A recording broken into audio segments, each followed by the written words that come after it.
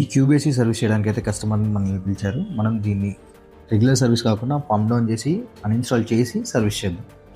అన్‌ఇన్‌స్టాలేషన్ చేసేసాము. Evaporator coil plus దాంతో పాటు ఇంకోటి ఏంటంటే ఈ బాడీ మొత్తం చూసుకోవచ్చు ఎంత దారుణంగా దుమ్ము పట్టి పెట్టేస్తుంది. సో దీన్ని మనం ఇలా కాకుండా ఫోమ్ సర్వీస్ చేద్దాం. దానికంటే ముందు ఈ బాడీలో ఉన్న ఫ్యాన్ మోటర్ ప్లస్ ఈ పీసీబీ బోర్డ్ రిమూవ్ చేద్దాం. ఇక్కడ పీసీబీ బోర్డ్ కూడా నేను ఇప్పడానికి రెడీ అయిపోయాను. కానీ ఈ పీసీబీ బోర్డ్ కొంచెం నాకు డిఫరెంట్‌గా అనిపించింది. వాషింగ్ మిషన్‌లలో చూసేది ఈ మోడల్‌లో.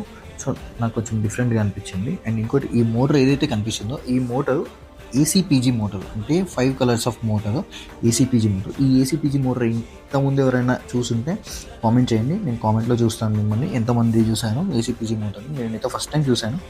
మోటర్ అయితే రిమూవ్ చేసేసాం. దీన్ని సర్వీస్ చేయకుండా బ్రష్తో క్లీన్ చేసేసి దాంతోపాటు క్లాత్తో అయితే తుడిచేద్దాం. ఎందుకంటే మోటార్కి వాటర్ పడితే మళ్ళీ పాడైపోతుంది. మళ్ళీ మనం చేతిలో నుండి డబ్బులు పెట్టుకొని మోటార్ ఫిట్ చేయాల్సి వస్తుంది. ఇక్కడ చూడొచ్చు ఎవాపరేటర్ కాయిల్కి అయితే నేను ఫోమ్ అప్లై చేస్తున్నాను. 2 సైడ్స్ అప్లై చేస్తున్నాను.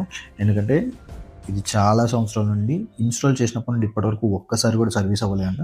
దీన్ని మినిమం అంటే మినిమం నాకు 5 to 10 మినిట్స్ అయితే పక్కన పెట్టదలుచుకున్నాను. ఎందుకంటే దీంట్లో ఉన్న ఏదైతే డస్ట్ అయితే ఉందో అది మొత్తం ఈ ఫోమ్ అబ్జర్వ్ చేసుకుని A few moments later. 10 minutes అయిపోయింది. 10 మినిట్స్ తర్వాత చూడొచ్చు మీరు ఎవాపరేటర్ కాయిల్ నుండి డస్ట్ ఎంత అయితే బయటకు వచ్చేసిందో ఫోమ్ బాగా అబ్జర్వ్ చేసుకుని. సో మనం దీన్ని ఇప్పుడు సర్వీస్ చేద్దాం. తీస్తా, నాలో ఉన్న క్రియేటివిటీ మొత్తం బయటికి తీస్తా, నా తడాకా చూపిస్తా. సర్వీస్ అయితే స్టార్ట్ చేశాను. చూడండి ఎంత నీట్గా అవుతుందో. అందుకే చాలా వరకు ఫోమ్ సర్వీస్ చేయించుకుంటే కాయిల్లో ఉన్న డస్ట్ అంతా పోతుంది. నేను ఈ గ్రిల్ కూడా ఫోమ్ అప్లై చేశాను. ఫోమ్ అప్లై చేసి సర్వీస్ చేయడం అయితే జరిగింది. ఎందుకంటే అది కూడా కొంచెం ఎక్కువ నీట్ అవ్వడం కోసం అని చెప్పి చేశాను.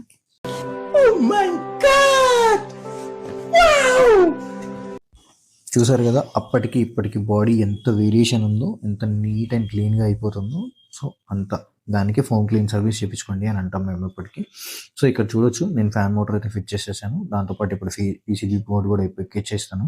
ఈ పీసీబీ బోర్డ్ ఎక్కించడానికి కూడా నేను కొంచెం రిస్కే తీసుకున్నాను. ఎందుకంటే వైరింగ్ ఎట్లకెళ్ళి తీయాలి అన్నది నేను మర్చిపోయాను. దానివల్ల ప్రీవియస్గా కొన్ని వీడియోస్ అయితే నేను తీసి పెట్టుకున్నాను.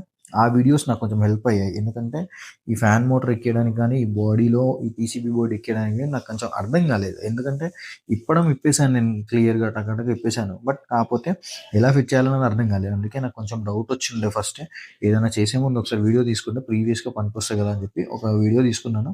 సో దాంతోపాటు నేను ఆ వీడియో చూసుకుంటూ క్లియర్గా కొంచెం ఫ్యాన్ మోటార్ ప్లస్ దాంతోపాటు పీసీబీ బోర్డు కూడా ఎక్కించేసాను.